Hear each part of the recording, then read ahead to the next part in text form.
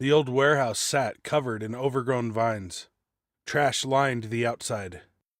Detective Lodge slinked quietly through a broken side window as tiny flowers in the pavement swayed lazily. His hand rested on his gun, sitting snugly in its holster. A sweet smell assaulted him as he ventured deeper. He first heard the rustling once he reached the abandoned office with a rusting door. If someone's in there, I'd like to ask you to come out now. I'm a detective working with the Pittsburgh Police Department. I'm looking for an Emily Green. Detective Lodge called out, unstrapping his holster. The rustling stopped and was replaced with a fast whisper, but he couldn't understand it.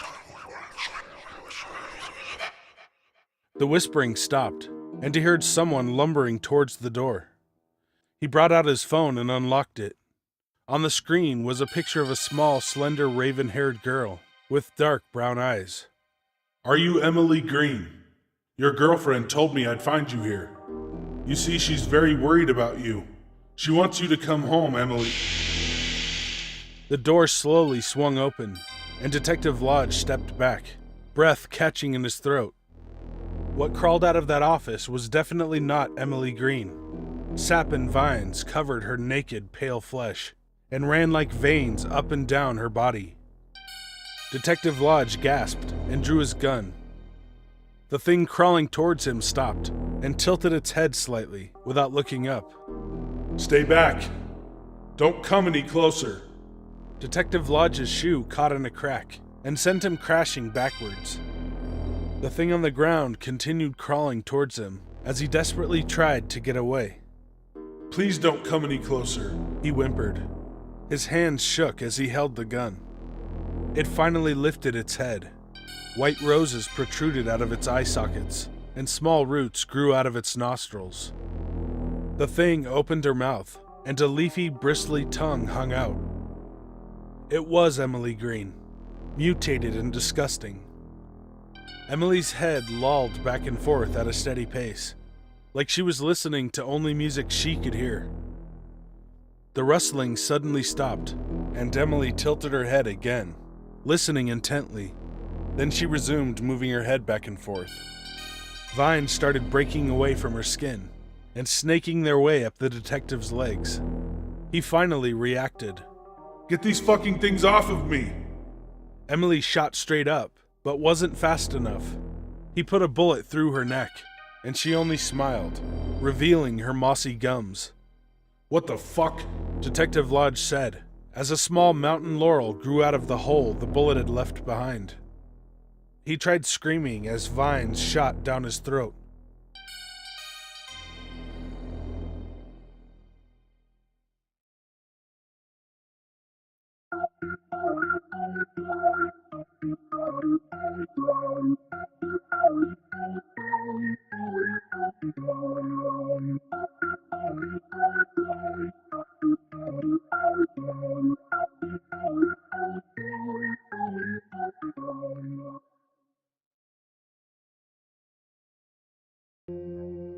The girl slept soundly above me as I waited, my ears twitching with every rustle and murmur.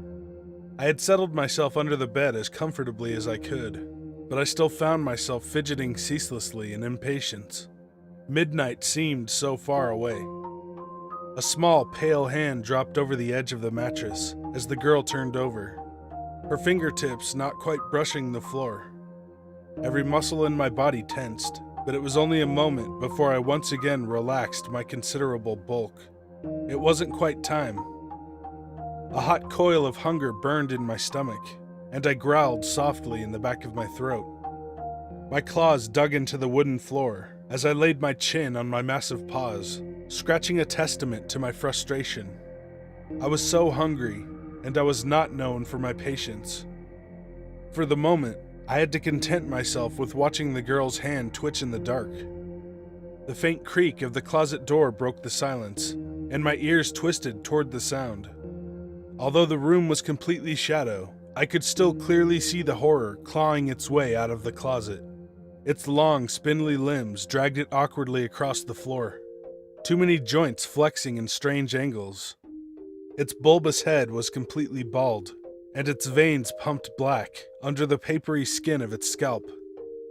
Despite the empty black eyes and a mouthful of needle teeth, its face looked almost human. It was finally midnight.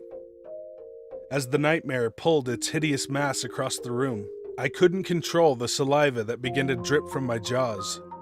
My stomach screamed at me silently, but I was grateful it didn't audibly grumble. I wasn't ready for the nightmare to know I was here. I gave thanks, not for the first time, that the girl was so enamored with lions. I had known imaginary friends who had been summoned as little more than balls of fluff, and I couldn't imagine how difficult hunting must have been for them. My form, on the other hand, was perfect for the job. When the nightmare had crept up to the edge of the bed, I reached out with both paws spread wide and sank my claws deep into its flesh. Humans weren't privy to its death screams, but they filled my ears as I dragged it under the bed. I wasted no time in devouring the still flailing thing, ripping off chunks of flesh that I swallowed whole. When I had finished and there was nothing left, I contently purred as I licked the blood from my whiskers. Tomorrow, the girl and I would play games and have tea parties, but for now I'm happy and full.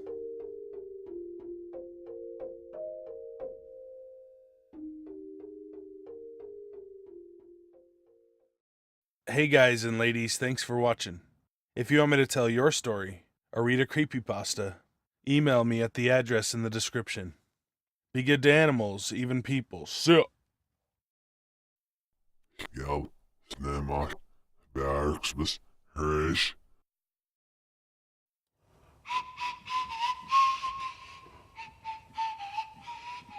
Oh, yeah. Did you like that song?